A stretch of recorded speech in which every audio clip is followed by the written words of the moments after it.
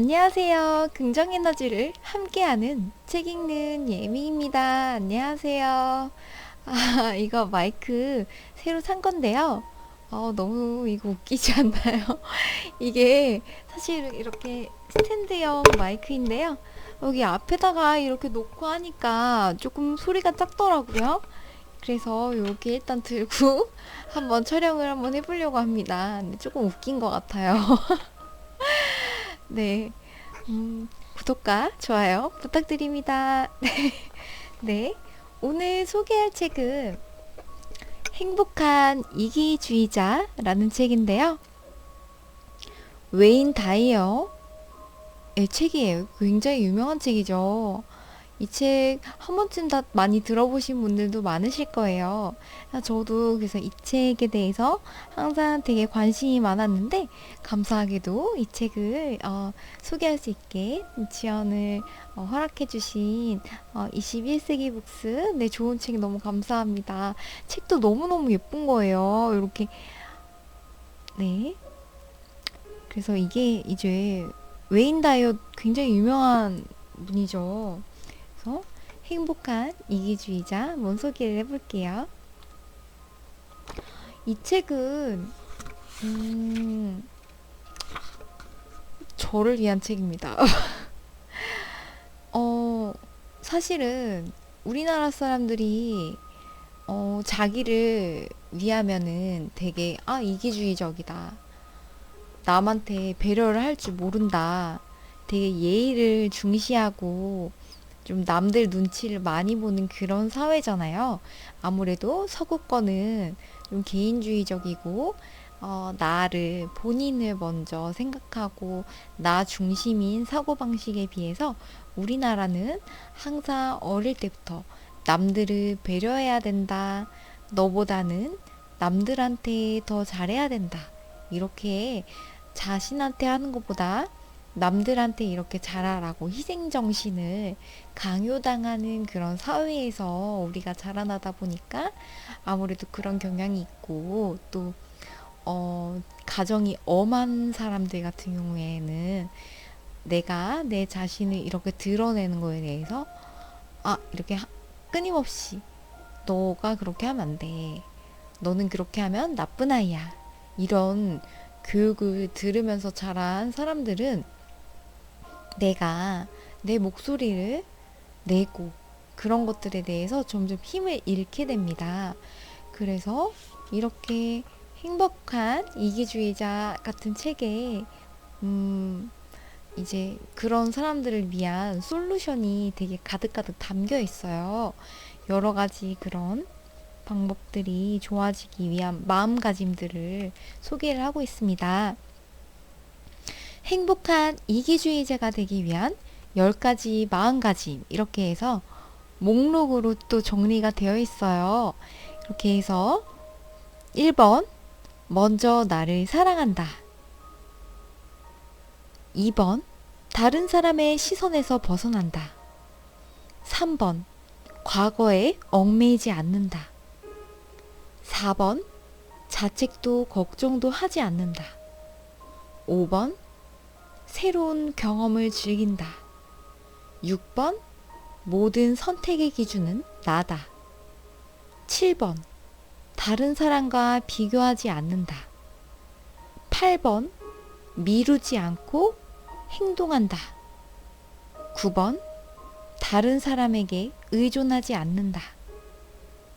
10번, 내 안에 화에 휩쓸리지 않는다. 이러한 것들이 있습니다. 그래서 이제 그 뒤에 보면은 챕터별로 이렇게 정리가 잘 되어 있습니다. 이 말 되게 좋아요. 그 다음 장에 우주의 모든 이치는 한 치의 오차도 없이 오직 한 사람, 바로 당신에게로 향해 있다. 월트 휘트먼의 말입니다. 우주의 모든 이치가 한 채의 오차 없이 나를 위한, 나를 중심으로 돌아가고 있다는 거. 너무 좋은 말이죠. 그래서 행복한 이기주의자라는 말이 되게 상반되는 단어들끼리 이렇게 연결이 되어 있는데 그 단어 자체가 주는 뭔가 힐링이 있습니다.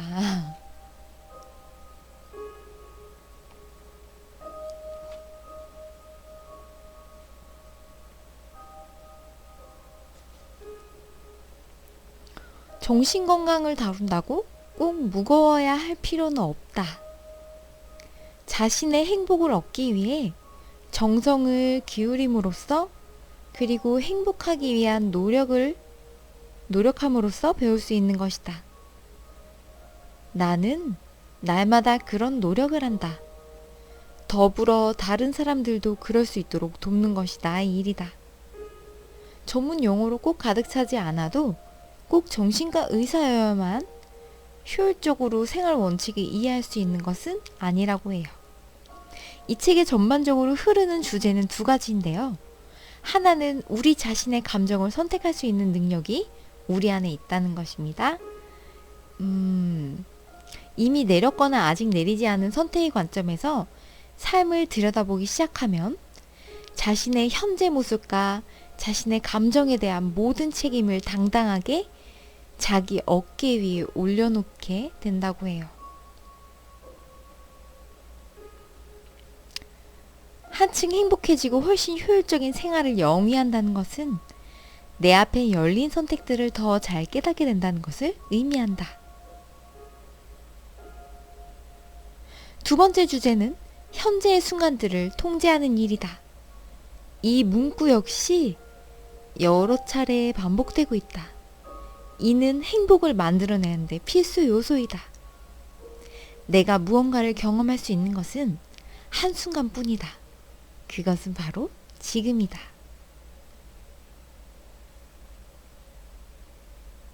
우리는 대부분 과거나 미래에 대한 생각에 사로잡혀서 현재의 시간들을 내팽겨치면서 살고 있는데요.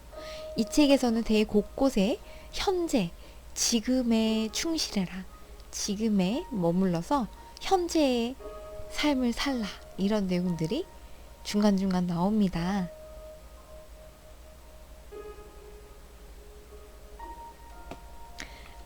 뒤에 이제 보면은 여기 먼저 나를 사랑한다. 다른 사람의 시선에서 벗어난다.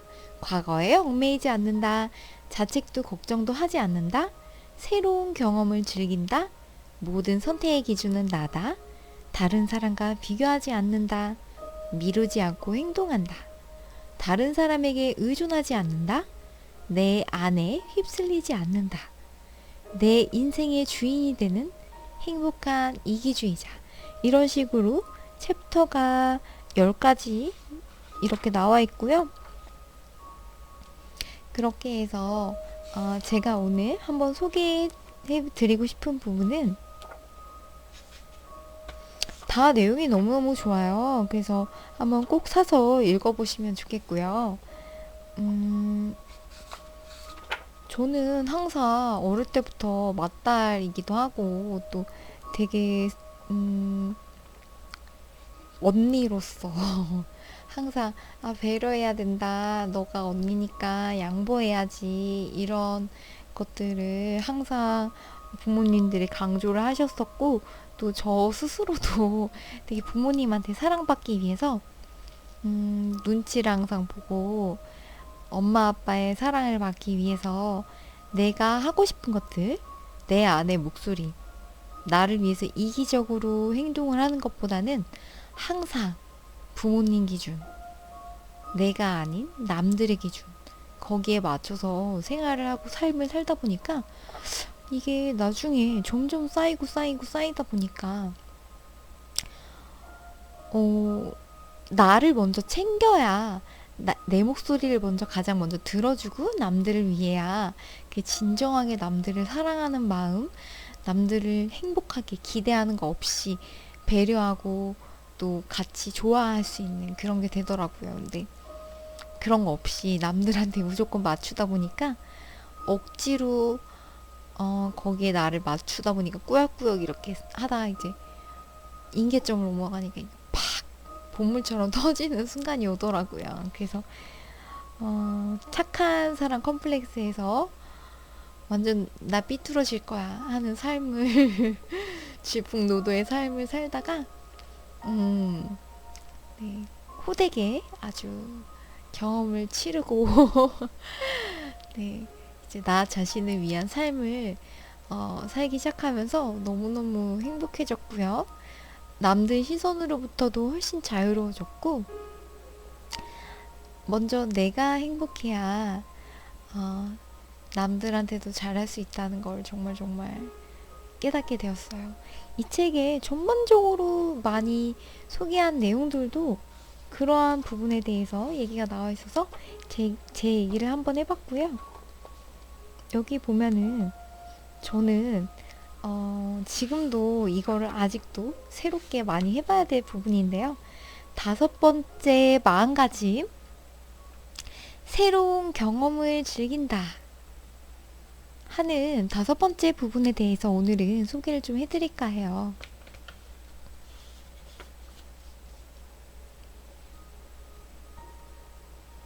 우리는 뭔가 새로운 시도를 막 되게 열심히 할 것 같지만 사실은 그렇지 않죠. 사회에서 어느 정도 정해진 틀이 있습니다. 몇 살부터 몇 살까지는 공부를 해서 좋은 대학에 가야 해. 몇 살부터 몇 살까지는 나는 좋은데 취직을 해서 남들보다 더 성공을 해서 이러이러한 데는 나는 다니고 차도 사고 집도 사고 해야 돼.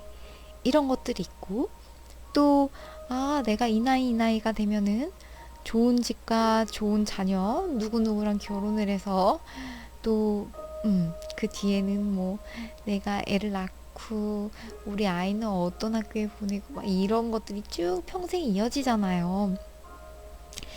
그래서 타인들로부터 시선에 되게 자유롭지 못한 삶들을 살고 항상 시기에 맞춰서 끼워 맞춰서 틀에 맞춰서 살아가는 사람들이 굉장히 많아요. 저 또한 그렇게 살던 사람 중에 하나였습니다. 그런데 생각하는 게 삶이라는 게 그렇게 뜻대로 사라지는 것이 아니더라고요. 살다 보니까 어느 순간 이렇게 흘러가는 대로 이게 뭐지? 난 어디에 와 있지? 하는 순간이 순간 찾아오게 되더라고요. 그래서 나를 항상 조금 틀 안에 맞추지 않는 게 정말 중요한 것 같고 네. 그래서 되게 자유롭게 살아봐야 된다는 게 정말 뼈저리게 와닿은 몇 년이었어요. 저는 정말 했던 것만 하면서 살던 사람 중에 하나였습니다. 디자이너에다가 되게 창의적인 직업일 것 같지만 막 이렇게 검사를 하고 하면 창의적이고 뭔가 아이디어도 퐁퐁 샘솟는다 하지만 또 굉장히 안정주의적으로 검사 결과가 나오기도 했었어요. 뭐 의사라든지 변호사, 뭐 공무원 이런 것들이랑 디자이너랑 같이 추천 직업으로 막 나오는 거예요. 굉장히 상반될 것 같지만 제가 안정 추구형이더라고요. 그래서 제가 북튜버 모임에서 책추남님이나 이제 여러분들하고 게임을 하면은 맨날 놀리듯이 말하세요. 굉장히 안정 추구형이다. 근데 또 제가 또 화끈하게 또 갑자기 확 과감하게 저지르는 면들을 보여드리고 하면은 이런 면이 있네 라고 말을 하시는데 그런 건 사실은 제가 이제 좀 사고로 크게 다쳐서 건강이 많이 안 좋아져가지고 거의 죽다 살아난 뒤로는 모든 것이 아주 새롭게 태어난 것처럼 안 해본 짓을 하면서 살고 있는 몇 년입니다. 북튜버도 갑자기 그렇게 해서 시작을 하게 됐고요. 여러 가지 활동들도 막 과감하게 모임 활동도 하고 여기저기 물론 예전에도 활동적이고 그런 것들을 많이 하긴 했지만 훨씬 더 저는 사실은 학창 시절에 대학교 때까지만 해도 그렇게 막 여기저기 막 되게 멀리 다니고 막 그러진 않았어요. 항상 다니던 장소에만 다녔고 근데 지금은 굉장히 여러 군데에 다니고 있는 것 같고요. 그리고 안 해본 짓을 한다고 머리도 이렇게, 이건 제가 근데 의도하지 않게 녹색으로 나온 거긴 한데 살짝 녹색기가 있는 지금 머리색인데요. 이렇게 밝은 머리 염색도 처음 해보고 거기다 이렇게 약간 녹색기 있는 머리도 해보고 파마도 굉장히 오랜만에 한 6, 7년 만에 이렇게 해보고 이러한 행동들을 막 해보기 시작했습니다. 네, 이렇게 여러 가지 새로운 시도들을 해보는 게 굉장히 중요하다고 여기 나와 있어요, 책에. 어제에 머물러 오늘을 살지 못하다. 자신의 즉흥성을 면밀히 살펴보라. 나는 새로운 것에 마음을 열 수 있는가? 아니, 몸에 밴 행동에 고집스럽게 매달리는 앞뒤 꽉꽉 막힌 사람이 아닌가? 즉흥성이란 재미있을 것 같아 어떤 일을 순간적 기분에 휩쓸려 시도할 수 있는 능력을 의미한다. 그러면 실제 해보니까 별 재미는 없었지만 그 시도 자체는 꽤나 재미있었다고 생각하게 될지도 모른다. 무책임하다거나 무모하다는 비난을 들을지도 모른다. 하지만 미지의 것을 발견하면서 너무도 멋진 시간을 보내고 있는 마당에 다른 사람들이 뭐라 하든 그게 무슨 상관인가. 즉흥적이 되는 거를 꺼려하는 사람들이 굉장히 많습니다. 그런데 경직된 사람들은 결코 성장하지 않는다. 늘 해오던 방식대로 일을 처리하려는 경향이 있기 때문이다. 이렇게 나와 있어요. 대학원에서 현직 교사들에게 강의를 하는 동료가 있는데 그는 곧잘 30년이 넘도록 교직에 몸담은 그 노땅 선생님들에게 이런 질문을 던진다. 정말로 30년 동안 학생들을 가르치셨습니까? 한 해를 재탕에 30번 가르치신 건 아니고요. 이 책을 읽는 독자들에게도 묻고 싶다. 당신은 1만 일이든 그 이상이든 지금까지 살아온 나날들을 진정으로 살아왔는가? 혹시 똑같은 하루를 1만 번 또는 그 이상 재탕에 살아온 것은 아닌가? 앞으로 더 즉흥적으로 살도록 노력하기 위해 스스로에게 꼭 자문해보자. 이렇게 나와 있어요. 즐거운 인생은 계획적으로 얻어지지 않는다고 하는데요.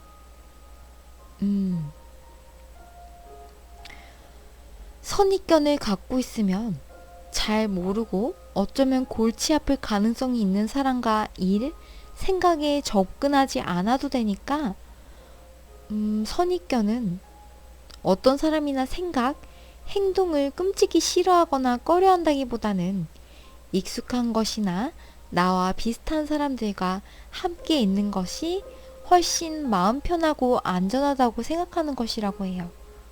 선입견은 자신에게 득이 되는 것처럼 보인다고요. 그러나 사실 선입견은 나에게 불리하게 작용한다고 합니다. 미지의 것을 탐색하지 못하도록 방해하기 때문인데요. 즉흥적이 된다는 것은 선입견을 버리고 새로운 사람을 만나거나 새로운 생각을 시도하도록 스스로 허용한다는 것을 의미해요.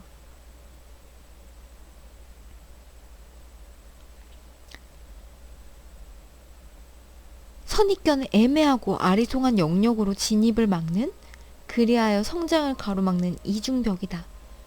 익숙하지 않은 사람은 어느 누구도 믿지 않는다는 것은 친숙하지 못한 영역에서는 자기 자신도 믿지 못한다는 것을 의미한다.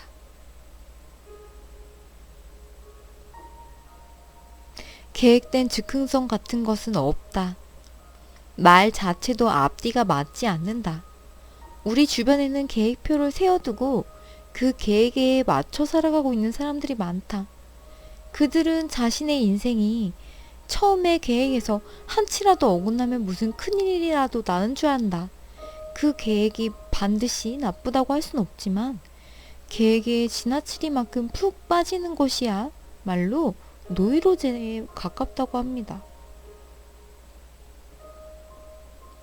무슨 일을 하겠다고 인생 설계를 해두고 현재 자신이 어느 위치에 있는지 확인하기 위해서 그 애정표를 들여다보고 날마다 새로운 결심을 하지도 않고 자신에 대한 심지궂은 믿음이 있어 그 계획을 수정할 수 있는 것도 아니라고 해요.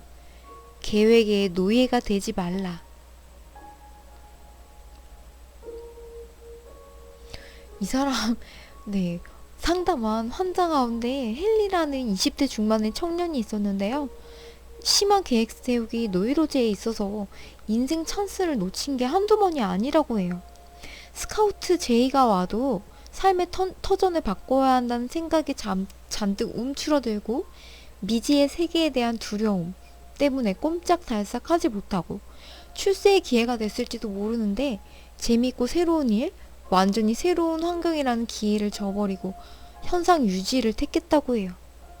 상담 결과 집착증 환자라는 걸 알 수 있었는데 매일 똑같은 아침 식사를 했고 옷 입는 것도 미리 계획을 세웠으며 서랍장과 색깔과 크기별로 완벽하게 정리를 해놓지 않으면 못 견뎌했다. 가족들에게도 자신이 정해놓은 틀을 강요했다. 자녀에게는 물건을 제자리에 놓게 하고 아내에겐 자신이 만든 일련의 엄격한 규칙을 따르게 했다.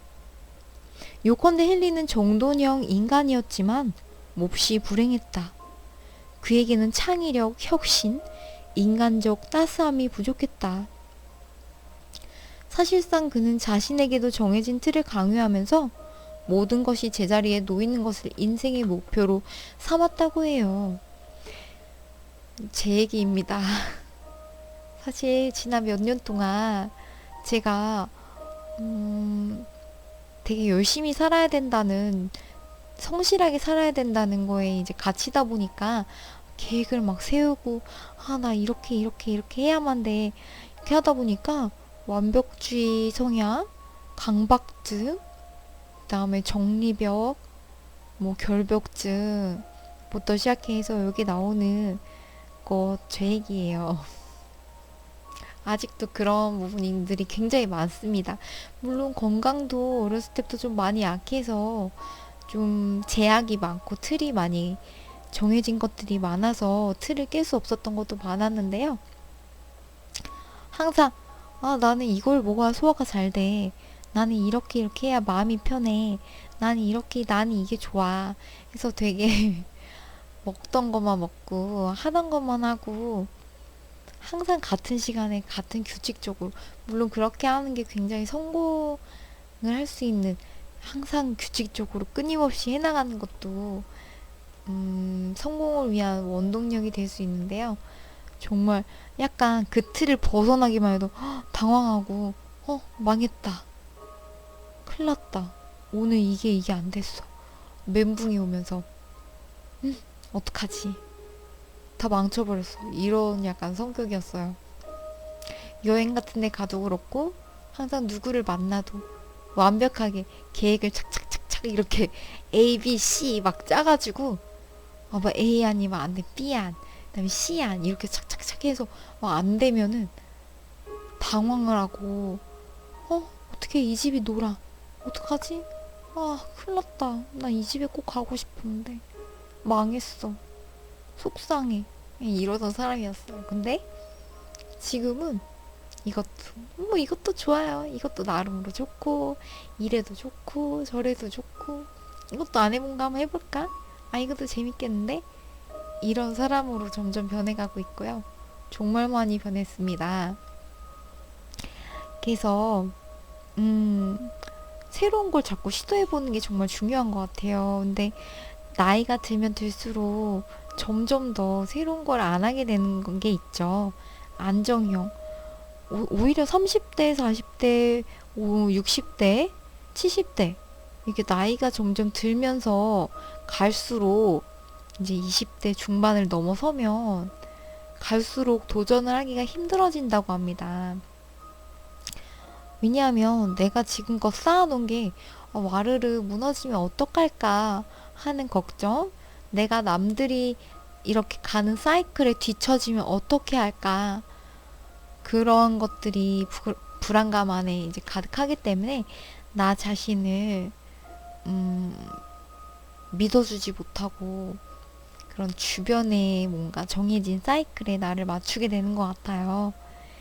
확실히 해야 할 것은 내 마음뿐이라고 합니다. 헨리도 근무지가 자주 바뀌는 회사에 이력서를 냈다고 해요. 본디 두려워했던 그 일을 이제 마음으로 원하게 된 것이라고 해요. 그래서 여전히 완벽한 즉흥적인 인간은 아니지만 예전에 계획된 삶을 지탱했던 히스테릭한 사고방식에 멋지게 도전해서 의식화된 방식대로 살아가지 않고 날마다 노력을 기울이며 인생을 즐기는 법을 배우고 있다고 해요. 제 얘기예요. 제 얘기입니다. 네, 그렇게 해서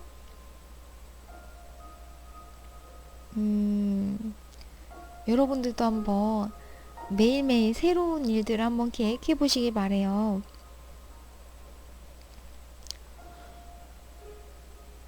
제대로 된 사람이 되기 위해서 준비하는 유년 시절이 이제 성인으로서 이제 이렇게 탁 건너뛰어가지고 정돈된 계획된 삶으로 은퇴해서 행복한 말년을 보내기 위해서 막 이렇게 자기가 시나리오를 짜낸 대로 이렇게 착착착 될 수가 사실 인생에 없는 것 같아요.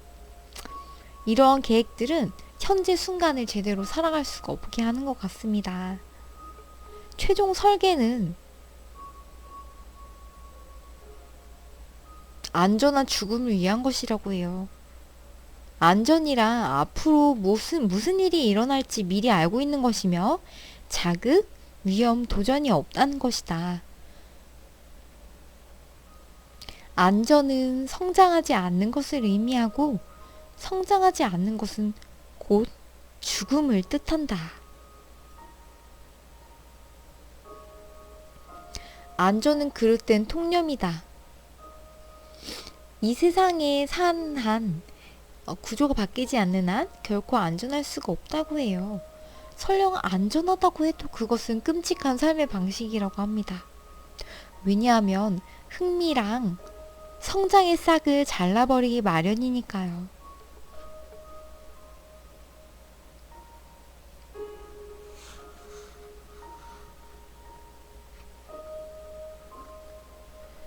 일은 어긋날 수 있다.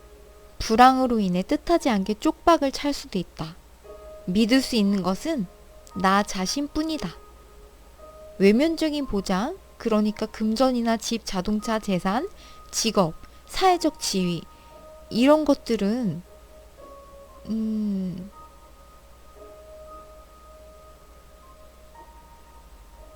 언제든지 상황에 따라 달라질 수 있는 것 같아요. 그렇습니다. 그래서 외적인 안전의 덫에 빠지지 말라. 그것은 내가 살아가고 성장하며 내 역량을 충분히 발휘하는 능력을 앗아갈지도 모른다. 가진 것이 많지 않은, 다시 말해 외적인 안전이 없는 사람들을 보라. 어쩌면 그들이 나보다 한 수 위일지도 모른다. 적어도 그들은 새로운 것들을 시도해 볼 수 있을 뿐 아니라 항상 안전한 것에 머물러 있어야 한다는 올가미를 피할 수 있으니까. 성공도 실패도 그뿐이다. 성취에 대한 강박관념을 가지고 있는 사람은 카바노의 표현처럼 자유로워지기 위해 떠나기는 어렵다고 해요. 실패에 대한 두려움은 우리 사회에서 이만저만 위압적인 존재가 아닌데요. 그런 두려움은 어린 시절 주입돼서 전생에 걸쳐 영향을 미치는 경우가 많다고 해요. 이상하게 들리겠지만 실패는 존재하지 않는다고 합니다. 실패는 단지 특정 행위에 대해서 어떤 식으로 마무리됐어야 한다는 다른 사람의 의견일 뿐이라고 해요. 구체적으로 정해진 방식으로 행해져야 할 일 따위는 없다고 믿는다면 실패란 있을 수 없다고 합니다. 어떤 일에 성공하지 못해도 그것은 인간으로서 실패한 게 아니라 어느 시기에 어떤 시도를 했는데 성공하지 못했던 것뿐, 오직 그뿐입니다. 반드시 완벽해지지 마라. 반드시 완벽하려고 하지 마라. 대체 왜 무슨 일이든 안간힘을 쓰고 잘해야 하는가? 누군가 점수를 매기기라도 하는가? 윈스턴 처칠은 완벽주의에 대해서 이렇게 유명 글귀를 남겼다고 하는데요. 성공을 끊임없이 추구하는 것이 사람들로 하여금 얼마나 길을 못 펴게 하는지를 지적하고 있다고 해요. 완벽이 아니면 모두 소용없다는 격언을 한 단어로 줄이면 무기력이라고 합니다. 최선을 다하라 라는 완벽주의의 말은 우리를 잔뜩 움츠러들게 한다. 최선을 다해야 되거나 잘해야 한다는 것조차 실행의 걸림돌이 될 수 있다고 해요. 일단 해보면 즐거울지 모르는 일을 완벽주의 때문에 기피하면서 반간접적 입장을 취하지 말라. 최선을 다하라를 그냥 하라로 바꿔보자. 저도